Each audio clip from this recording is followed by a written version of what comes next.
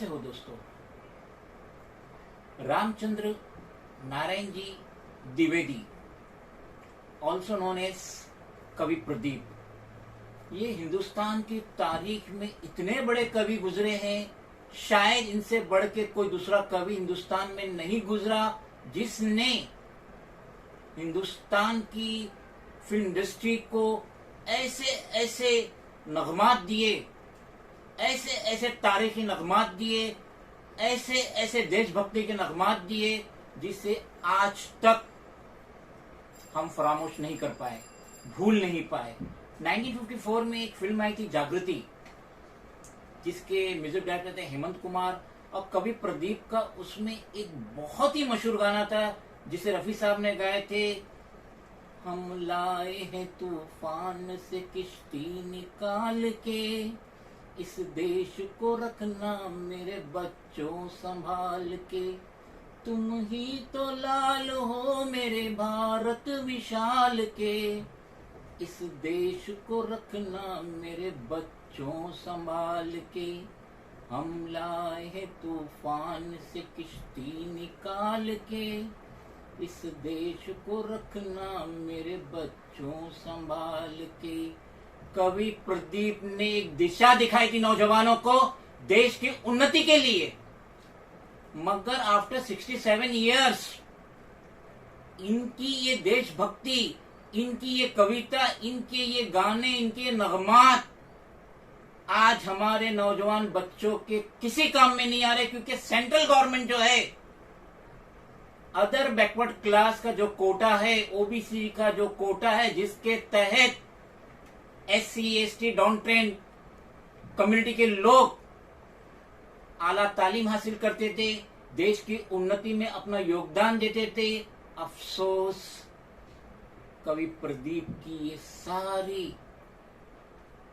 Hard working central government की वजह से बर्बाद हो रही है, बेसलेस होते जा रही है। According to Hindustan Times dated 25 June Friday 2021, उसका एक आर्टिकल है पेज नंबर 5 में, जिसमें ये बताया गया है कि other backward class in short OBC, इसमें ये एक बहुत ही पॉलिटिकल टर्निंग पॉइंट हो रहा है रेजोल्यूशन को लेके, और ओबीसी जन मोर्चा जो एक अम्ब्रेला बॉडी है जिसके अंडर में अदर ओबीसी ऑर्गेनाइजेशन आती है, वो ये कह रहे हैं कि हम 24 जून को स्टेट वाइज धरना देंगे, और साथ ही साथ वो ये भी कह रहे हैं कि रिस्टोरेशन होना चाहिए 27% OBC Kota in the state political election. Opposition party Bharatiya Janata party, in short BJP, वो ये कह रहे हैं कि हम भी 26 जून से हमारा धरना रखेंगे, चक्का जाम रखेंगे 1000 जगह पे।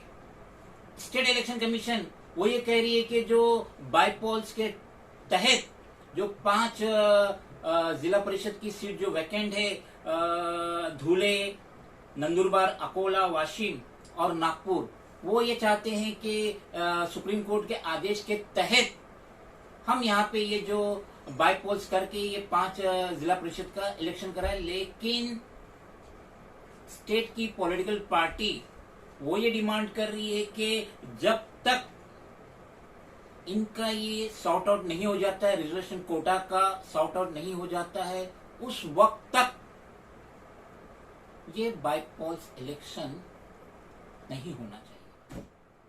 न्यूज़पेपर में ये भी बताया गया है कि ये जो जिला परिषद की जो 5 सीट खाली थी बाईपोल्स के तहत जो इलेक्शन होने वाले थे, वो 19 जुलाई 2021 को होने वाली थी, और उनकी काउंटिंग जो है 20 जुलाई 2021 को होने वाली थी। ये बात देखने वाली है कि महाराष्ट्र स्टेट में जितनी पॉपुलेशन है उसमें से ओबीसी 52% होल्डिंग करती है। इस तरीके से महाराष्ट्र स्टेट में ओबीसी का एक बहुत बड़ा दबदबा है। सुप्रीम कोर्ट ने लास्ट मंथ में ही महाराष्ट्र स्टेट का जो ये ओबीसी का कोटा था उसको क्वेश्चन किया था, अलबत्ता एपेक्स कोर्ट ने ये आदेश दिया है कि 50% से ज्यादा कैप नहीं होना चाहिए रिजर्वेशन कोटा में, और उन्होंने स्टेट को ये भी आदेश दिए कि आप डेडिकेट कमीशन अपॉइंट करो for collecting empirical data based on which the quota would be fixed.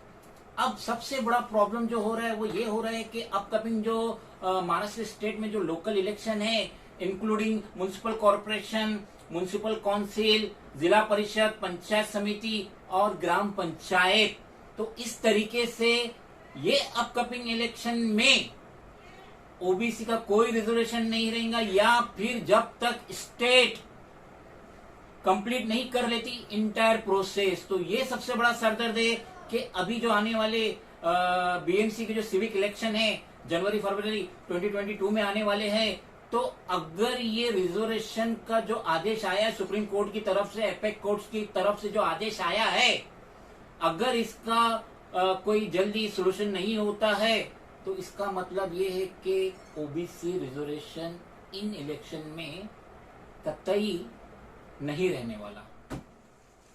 News paper में ये भी बताया गया है कि एपेक्स कोर्ट का ये जो ऑर्डर आया ये उस वक्त आया है जबकि ओबीसी का जो 27% कोटा था, शेयर्स था in the field of job और एजुकेशन।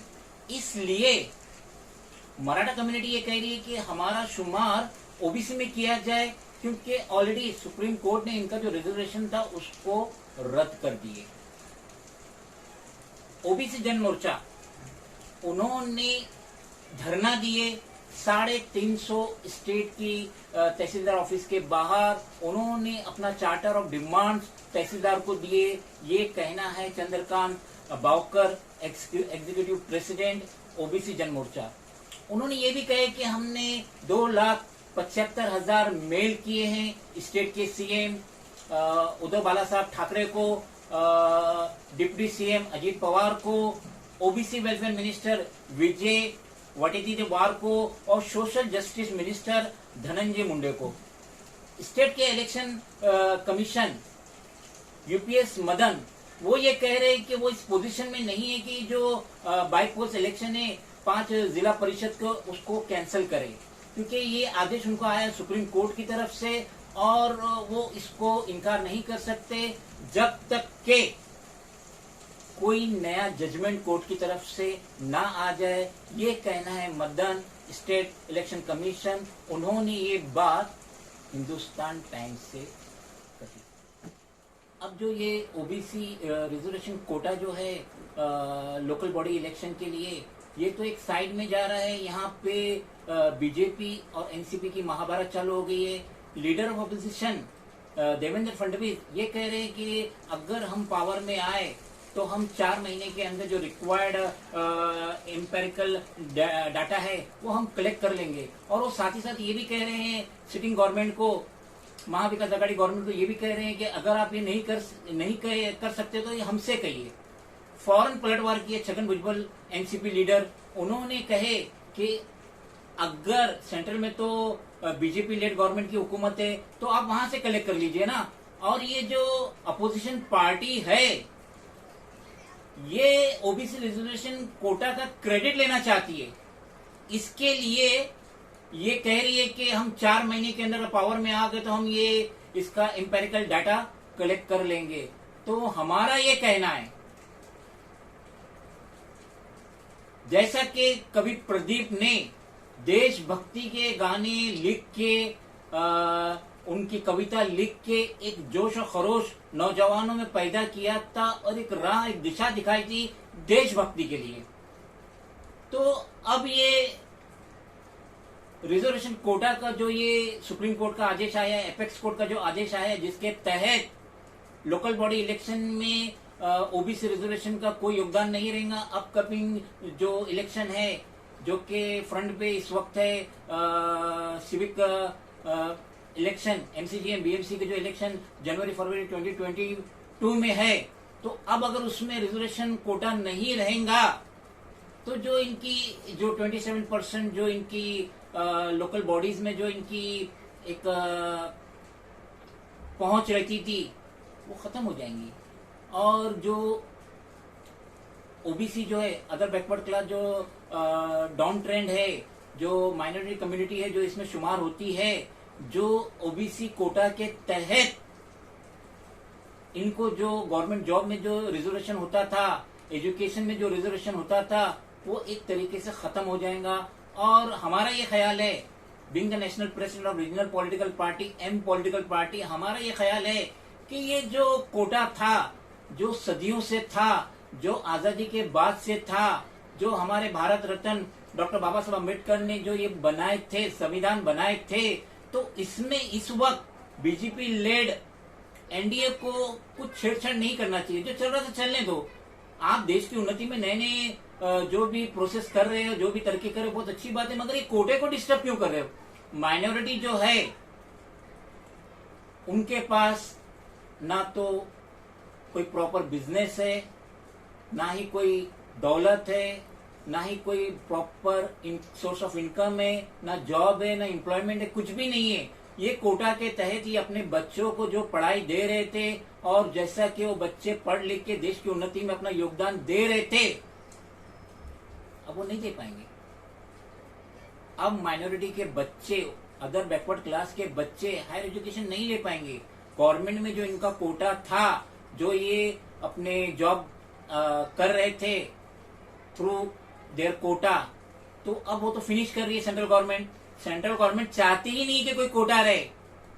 सेंट्रल गवर्नमेंट का ऐसा है कि गोया हर इंसान बराबर है, तो ये तो हो ही नहीं सकता ना। अपर क्लास के पास तो पैसा भी है, हायर एजुकेशन भी है, वो अपने बच्चों को फॉरेन में पढ़ने के लिए लाखों करोड़ों रुपए खर्चा करके भेजते हैं। मगर ये जो ओबीसी, अदर बैकवर्ड क्लास और जो माइनॉरिटी कम्युनिटी के जो लोग हैं, इस कोटे के तहत अपने बच्चों को अच्छी एजुकेशन देते थे, जो कि माँ बाप के लिए एक सहारा बनते थे। अब तो ये बच्चे ही बेसहारा हो जाएंगे। Central government must think about the same matter. Supreme court में है, एपेक्स कोर्ट में है, हम हमारी कोई राय मशवरा नहीं दे सकते। अलबत्ता कवि प्रदीप ने जो कहे, हम लाए हैं तूफान से किश्ती निकाल के, इस देश को रखना मेरे बच्चों संभाल के। तो हम यही दुआ करेंगे कि ये ओबीसी का जो कोटा है, और ओबीसी के तहत जो गवर्नमेंट जॉब मिल रहा था, एजुकेशन में जो इनको मदद मिल रही थी, कोटा मिल रहा था, एडमिशन मिल रहा था, मेडिकल में मिल रहा था, इंजीनियरिंग में मिल रहा था, अदर कैटेगरी में मिल रहा था, तो ये इनको मिले, ये इनकी इसके हकदार है। Rest in the hands of supreme court as well as apex court।